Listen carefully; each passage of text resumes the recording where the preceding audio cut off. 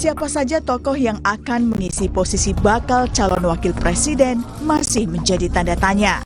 Sederet nama kian santer disebut-sebut menjadi wakil Ganjar Pranowo, Anies Baswedan, ataupun Prabowo Subianto di Pilpres tahun depan. Gerindra mengakui jika Prabowo Subianto berkonsultasi dengan Jokowi soal sejumlah nama. Wakil Ketua Umum Gerindra, Habibur Rahman menyebut, Ketua Umum PKB Muhaimin Iskandar dan Menteri BUMN Erick Thohir menjadi salah satu nama yang dikonsultasikan ke Jokowi. Soal siapa namanya, pasti sih ada beberapa alternatif ya. Ada Gus Muhaimin, ya, ada Pak Erick Thohir, ada yang lain-lain, ada beberapa nama ya. At the end nanti akan diputus berdasarkan hasil konsultasi tersebut ya, dengan teman-teman juga yang lain, sahabat-sahabat yang lain. Pak Prabowo dan Gus Muhaimin akan memutuskan siapa capres, siapa cawapres dari Koalisi Kebangkitan Indonesia Raya. Apakah ini benar jadi tanda Prabowo didukung full oleh Jokowi, Pak? Saya pikir kalau lihat gestur politik Pak Jokowi insya Allah ya mendukung maksimal ya Pak Prabowo Subianto. Sementara itu PDIP juga mulai menyebut sejumlah nama yang masuk radar. Di antaranya Menteri Pekerjaan Umum dan Perumahan Rakyat Basuki Hadi Mulyono, Ridwan Kamil, Erick Thohir, Airlangga Hartarto, hingga AHY. Ketua DPP PDI Perjuangan Puan Maharani menyebut setelah ada satu nama yang cocok, Ketua Umum PDIP Megawati Soekarno Putri akan menyampaikan langsung ke Ganjar Pranowo. Cawapresnya nama kan banyak, ada 10. Kalau boleh saya sebut yang ada di media, Pak Mahfud sudah masuk namanya, Pak Erick Thohir, Pak Ridwan Kamil, Pak Sandiaga Uno, kemudian ada Pak AHY, ya kan, Pak AHY, Pak Erlangga, ya kan. Nama-nama itu ya masuk dalam peta yang ada di PDI Perjuangan. Kalau bisa saya sebut beberapa nama itu dan semuanya tentu saja mempunyai kelebihan-kelebihan yang nantinya akan dipertimbangkan dan kemudian apakah itu bisa bekerja sama dengan calon presiden dari PDI Perjuangan. Disebutnya nama Agus Harimurti Yudhoyono tentunya menjadi menarik. Pasalnya, AHY adalah Ketua Umum Partai Demokrat yang menjadi bagian dari Koalisi Perubahan. Koalisi ini mengusung Anies Baswedan menjadi bakal calon presiden di Pilpres 2024. Menanggapi itu, juru bicara PKS Muhammad Iqbal menegaskan jika Koalisi Perubahan tetap solid. Ia menambahkan nama bakal calon wakil presiden akan segera diumumkan sekaligus deklarasi pasangan pemilu 2024 dalam waktu dekat. Saat ini tegak lurus untuk bersama Anies Baswedan, untuk bersama Koalisi Perubahan dan Persatuan. Dan insya Allah mohon doa restu bagi masyarakat sekalian, kita akan mendeklarasikan pasangan Anies Rashid Baswedan beserta cawapresnya yang sudah disepakati, yang saat ini sedang digodok. Insya Allah Indonesia akan lebih maju dengan Koalisi Perubahan dan Persatuan. Sejumlah pihak memang mendesak agar Anies Baswedan segera mengumumkan calon pasangannya di Pilpres 2024. Salah satunya adalah Ketua Umum Demokrat Agus Harimurti Yudhoyono. Menurut AHY, semakin cepat diumumkan, maka akan semakin banyak waktu untuk jalannya mesin politik dan memenangkan hati rakyat. Tim Liputan, Kompas TV. Ya, memang nama bakal calon wakil presiden ini menjadi menarik untuk dibahas karena banyak pengamat, banyak survei yang kemudian memberikan analisa bakal calon wakil presiden akan sangat menentukan bukan saja di pilpresnya tetapi juga di pileg atau pemilu legislatifnya untuk membawa efek kepada partai politik untuk bisa memenangkan banyak suara di DPR pusat. Nah, kita akan bahas soal panasnya kursi bakal calon wakil presiden ini bersama sejumlah narasumber yang hadir secara daring untuk Sapa Indonesia Pagi. Yang pertama ada Ketua Badan Pembina Organisasi Keanggotaan dan Kaderisasi DPP Partai Demokrat, Herman Hairon, ada Ketua DPP PD Perjuangan, Eriko Sutarduga, dan Wakil Ketua Umum Gerindra, Habibur Rahman. Bang Herman, Bang Habib, Bang Eriko, selamat pagi. Ini semua teman-teman yang... Selamat pagi Mas Bayu. Ya, yang saya harapkan dalam beberapa waktu ke depan ntar bisa kumpul ya, di sebuah tempat sambil ngopi, dan kita bicara soal pileg, pilpres dan segala macam. Terima kasih untuk waktunya kali ini secara daring. Nah, Bang Herman dulu deh, udah lama nggak ketemu Bang Herman. Sambil langsung saya mau tanya, penasaran publik sebetulnya, kenapa Demokrat sebagai anggota dari koalisi perubahan mendesak terus kepada Anies Baswedan supaya ayo umumkan siapa calonnya, dan harapannya tentu ini calonnya dari Demokrat, Mas Ahaye. Bener, Mas Herman? Kenapa didesak? Jadi begini, latar belakangnya kan kita bisa melihat dari hasil survei bahwa ketiga calon presiden yang muncul di permukaan ini kan berimbang lah gitu ya. Betul. Dan perspektif publiknya juga masih berimbang. Oleh karenanya butuh persiapan, butuh sosialisasi, butuh merumuskan program, apalagi kami mengusung perubahan. Artinya kalau mengusung perubahan ya harus dijelaskan kepada publik apa yang memang harus dirubah, ekonomi dan kesejahteraan, dan keamanan, kemudian keadilan. Ini kan harus dijelaskan apa yang bisa lebih baik daripada perjalanan pemerintahan saat ini. Nah ini yang harus dijelaskan bersama. Yang kedua, tentu untuk mewujudkan konsepsi perubahan ini kan harus duit tunggal gitu. Wakil presiden itu ke depan bukan hanya sebagai cadangan ataupun sebagai hanya untuk memenuhi kriteria dalam Undang-Undang Dasar 1945 gitu. Tetapi ini juga harus memiliki fungsi dan tugasnya masing-masing di dalam menuju tujuan perubahan tadi. Oleh karena itu butuh waktu panjang ya. Kita bercontoh lah ke negara-negara yang demokrasinya sudah maju. Biasanya kan 6-7 bulan mereka sudah deklarasi dan kemudian mensosialisasikan. Terus kemudian ketiga, kita kan tujuannya menang. Kalau tujuannya menang berarti harus merebut hati dan pikiran rakyat. Pemilih saat ini kan hampir 200 juta. Nah 200 juta berapa persen kita harus bisa ambil supaya bisa memenangkan pertarungan pilpres. Ini kan juga harus ada langkah-langkah yang lebih taktis dan strategis untuk bisa mencapai pemenangan itu. Nah syaratnya ya kita harus ada deklarasi bersama secara komprehensif antara bakal calon presiden dan bakal calon wakil presiden secara bersama-sama. Dan ini akan menepis keraguan publik yang saat ini selalu bakal calon presiden dari koalisi perubahan Demokrat, Nasdem dan PKS selalu di downgrade lah bahasanya begitu ya. Artinya dari sisi percaturan nasional, di event-event nasional, di survei pun selalu seolah-olah bahwa ditinggalkan. Ini karena apa? Mungkin saja ada keraguan di publik yang sampai saat ini belum memastikan betul, belum firm melihat apakah maju atau tidak nih Mas Anies ini, kok diganggu terus.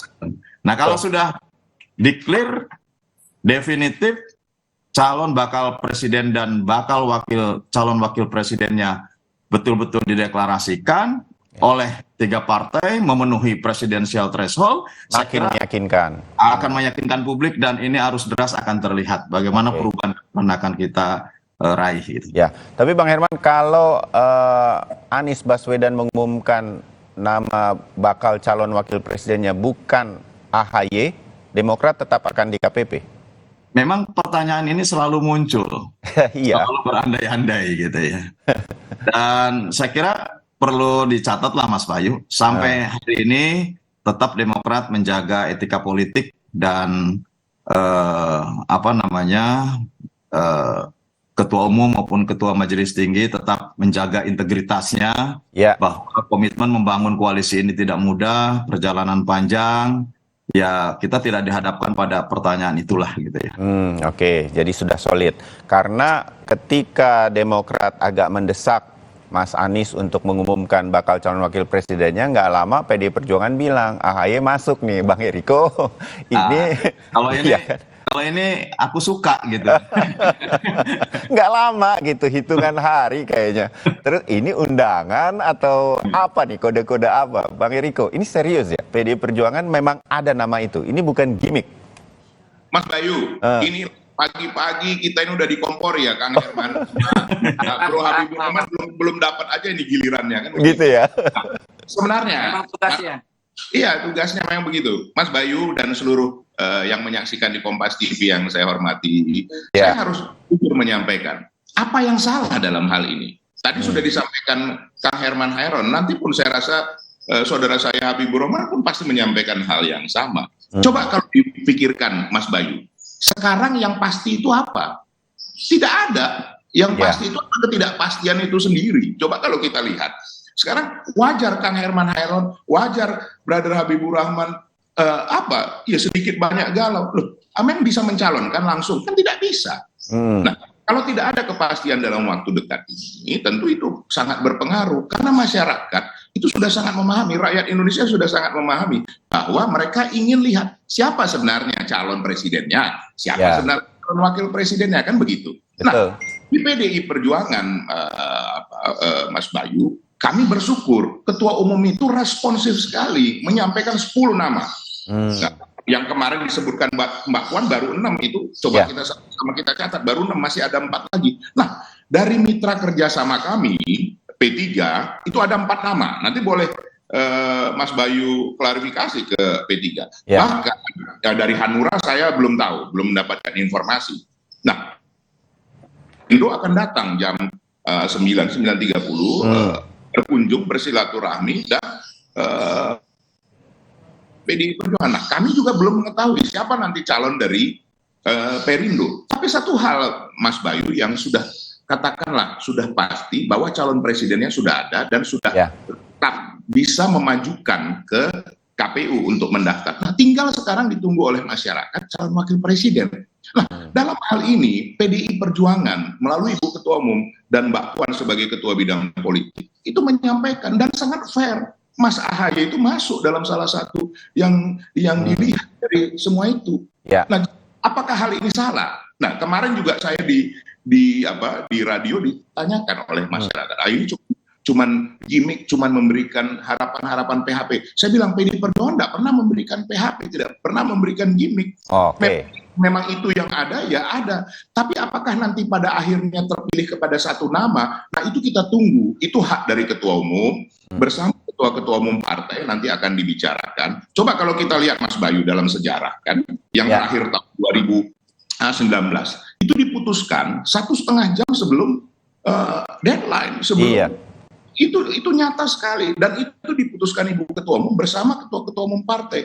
Ada Mas Romi saksinya, boleh ditanya nanti sama Mas Romi. Saya tahu persis karena saya ada di situ. Jadi Mas Bayu, ini sebenarnya hal yang menarik.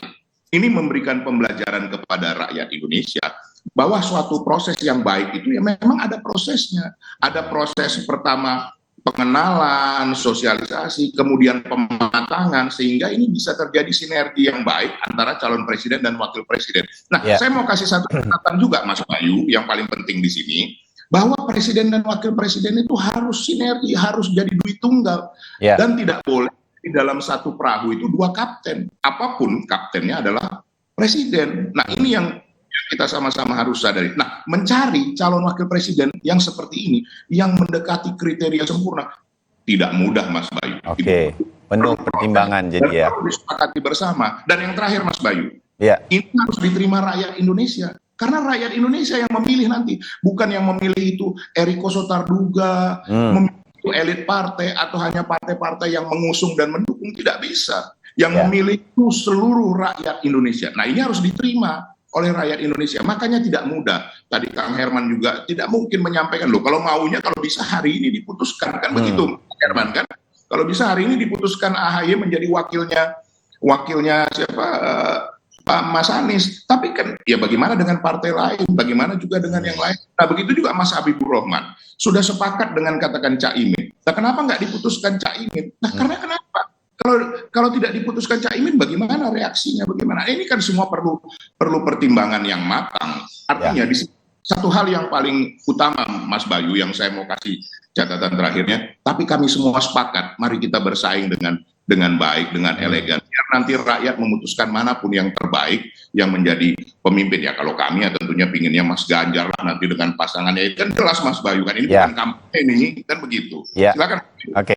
Ya, terbayang Bang Eriko. Nah, kalau Mas Habib, kita pikir ya, Pak Prabowo ini belum juga deklarasi, tapi mengarahnya akan maju juga untuk nyapres. Calon wakil presidennya Caimin ternyata juga masih banyak melakukan pertimbangan-pertimbangan. Memang seperti Bang Eriko katakan, ini nanti menjadi salah satu pertimbangan itu bukan hanya kemudian cocok dengan Pak Prabowo, tapi banyak hal dengan partai yang lain. Kita pikirkan langsung dengan Caimin. Mas Ya Abed. memang ya soal cawapres ini kan hal yang sangat strategis, hal yang penting yang tidak bisa diputuskan dengan gerasa gerusu ya, dengan terburu-buru. Kita mengacu pada senior kita ya, partai terbesar PDI Perjuangan yang punya kuota cukup untuk mencalonkan capres dan cawapres ya, sekaligus. Bahkan kalau PDI Perjuangan mau capres dan cawapres dari satu partai juga bisa, kan? Ya. Tidak, belum ya ada nama cawapresnya. Kenapa? Karena memang semua pihak menyatakan ini hal yang sangat strategis dan harus dipertimbangkan masa-masa. Ada 3 hal kan. Yang pertama soal kecukupan untuk mencalonkan, kecukupan suara ya. 20% itu kan perlu diskusi juga. Kalau ada capres elektabilitasnya bagus, ya, pengalaman dan lain sebagainya, kalau dia tidak membawa suara partai juga percuma, gitu kan? Atau kalau karena kedatangannya, misalnya partai yang tadi mau bekerja sama dengan kami menjadi mundur juga kan percuma. Kemudian juga soal bagaimana pasangan cawapres ini, capres dan cawapres ini, ya. Si cawapresnya bisa membawa insentif suara, insentif elektabilitas. Kita tahu kan kalau hasil survei ini kan belum ada yang aman. Ya. 3 sosok capres yang digadang-gadang banyak orang memang sudah stabil di 3 angka. Tapi belum ada yang aman, diprediksi oleh lembaga survei bisa menang dengan angka 50% lah minimal. Masih draw lah ya, oke. Tidak sampai 50% ya. Nah, jadi kita ingin cawapres yang memang membawa insentif elektabilitas dengan berbagai otak-atiknya lah. Kalau teman-teman pengamat kan banyak otak-atik, sipil militer, militer sipil, lalu Jawa luar Jawa, macam-macam ya kan. Ya. Hal itu kan teori, tetapi kan faktanya memang menentukan gitu kan. Dan yang terakhir juga kan bagaimana sosok cawapres ini bisa bekerja dengan maksimal dengan Pak Prabowo ya, dengan si capresnya, capres kami, ketika kelak insya Allah ya diberikan amanah oleh rakyat untuk mengisi kekuasaan, memimpin kepemimpinan nasional, bisa saling melengkapi. Misalnya Pak Prabowo tentu kuat soal pertahanan, ya, soal ekonomi, kemudian diplomasi luar negeri, mungkin cawapresnya menguasai hal yang lain, ya kan? Karena soal e-commerce macam-macam lah pokoknya ya. Kemudian juga soal sosok latar belakang politik, misalnya ada yang nasionalis ya, Pak Prabowo kan disebut sebagai aliran nasionalis, atau ada yang religius. Nah itu juga kan penting. Nah jadi ya kami nggak mau terburu-buru.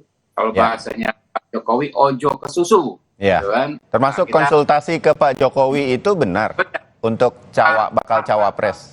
Pak Jokowi kan bestinya Pak Prabowo ya. Ya. Kalau bahasa anak saya itu besti, ya, circle kan. Selain beliau adalah memang presiden, incumbent ya, pimpinan Pak Prabowo, pimpinan kami kita semua. Ya. Tentu dengan frekuensi yang sama soal keberlanjutan kami, pimpinan kami terus ya intens berkonsultasi juga dengan Pak Jokowi. Ya. Kita juga di kehidupan sehari-hari kalau kita mau memilih pasangan misalnya, kita juga mendiskusikan dengan sahabat-sahabat kita. Ya. Oh ini cocok nggak dengan ini, cocok nggak? Sudah ada tanda-tanda belum dari Pak Jokowi buat Pak Prabowo siapa? Ya begitu, arahannya kan kurang lebih kan yang disampaikan ojo ke susu, santai, ya cermat, ya ditimbang yang benar-benar. Oke. Kurang lebih begitu, karena kan ini kan soal frekuensi besar, soal narasi besar, wacana besar, bagaimana capaian pemerintahan saat ini ya yang begitu maksimal bisa terus berlanjut. Nah itu yang ini ingin kita jaga.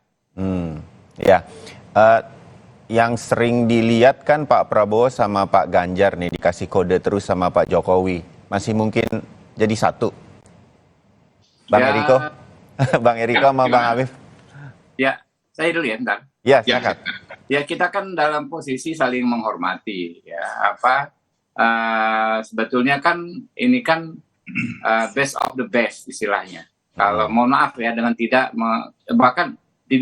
mengesampingkan calon lain, tapi kalau dalam konteks keberlanjutan ini kan best of the best. Pak Prabowo bilang kita jangan baper, jangan ribut karena Pak Ganjar dan Pak Anies itu juga putra-putra terbaik bangsa, ya. Tapi kan kalau soal pemilu ini banyak hal termasuk bagaimana juga kita mendorong dan mengangkat masing-masing partai. Itu ada kotel efek, ada macam-macam. Itu juga kan masuk kalkulasi. Kan kita dengan PDI Perjuangan, partai sahabat, ya punya tanggung jawab besar. Ada umat di belakang kami ini, gitu kan? Ada pasukan di belakang kami ini yang perlu kita jaga juga, gitu loh. Jadi kalau misalnya terlalu terburu-buru dipasangkan, ya, apakah dalam konteks elektabilitas menguntungkan atau tidak terhadap kaum kami yang di belakang ini. Nah, itu juga makanya menghormati. Kalau toh sekarang misalnya nampak berbeda, tapi dalam frekuensi besarnya kami dengan PDI Perjuangan itu sama-sama ingin melanjutkan capaian pemerintahan saat ini. Pilihan teknis bukan berarti membuat kami jadi bermusuhan. Kayak saya dengan Bang Eriko ini kan kemana-mana ketemu kita senyum-senyum, pelukan cipika-cipik gitu. Nggak ada masalah. Sama Bang Herman juga kan? Juga bestie juga. Iya. Juga. Nggak ada masalah. Kita sudah pernah 2 periode berturut-turut bersama-sama dengan Habib itu. Bersama-sama ya? Oke. Jangan lupa itu, Bib. Oh ya tentu nih. Ini kalau bisa terulang lagi nih kita. Wow, amin ya kan? Kalau kayak begitu kan yang senang saya kan teman-teman semua jadinya. Nah. Oh iya, banyak yang senang. Bang Eriko sedikit. Banyak juga kemudian orang bilang ini jangan-jangan akan tetap jadi satu. Walaupun banyak pengamat mengatakan tetap akan 3 poros nih seperti kita ngobrol pada pagi hari ini. Tapi kan bukan tidak mungkin di saat-saat terakhir. Itu masih juga terbuka kemungkinan itu di PD Perjuangan, Bang Eriko. Mas Bayu, politik adalah the art of possibility. Tidak ada yang tidak mungkin, ya bahasa ini mungkin kurang tepat ya. Yang tidak mungkin hanya menghidupkan orang yang sudah tiada. Nah itulah, kalau di politik segala hal masih memungkinkan. Karena itulah sebenarnya. Sebenarnya apa sih berkuasa? Berkuasa kan untuk rakyat. Karena rakyat semua yang memiliki ini. Nah, kami sama Mas Habibur Rahman, begitu juga sama Kang Herman, banyak perbedaan-perbedaan yang terjadi. Tapi apakah kami tidak bersama-sama? Bahkan di DPR, Mas Bayu, ini saya mau sadarkan kepada kita semua. Tanya Kang Herman Hairon, tanya Mas Habibur Rahman. Bahkan kami kadang-kadang lebih keras terhadap pemerintahan kami sendiri.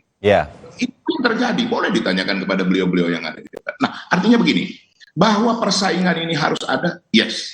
Karena ini mau mencari seorang pemimpin untuk meneruskan, melanjutkan menjadi lebih baik lagi dari eranya Pak Jokowi. Nah, untuk itu PDI Perjuangan sangat berkepentingan, Mas Bayu. Untuk apa? Untuk menjamin ini bisa berjalan lebih baik. Kita sudah sangat melihat dari waktu-waktu yang lalu, kalau berubah, nanti bisa berubah dengan drastis kebijakannya. Ini yang tidak bukan artinya tidak boleh, tapi ini yang dihindarkan oleh rakyat. Dari hasil survei bahwa Pak Jokowi hampir 80% disenangi oleh rakyat, dan itu sangat tinggi. Nah, karena itu kemarin kami Rakernas itu menyampaikan apa yang nanti visi misinya dari Bapak Presiden kita yang baru, melanjutkan dari Bapak Presiden Joko Widodo. Dan kalau kemarin saya pun jujur ya Mas Bayu, saya heran karena kami semua handphone kan kami simpan, tidak boleh bawa di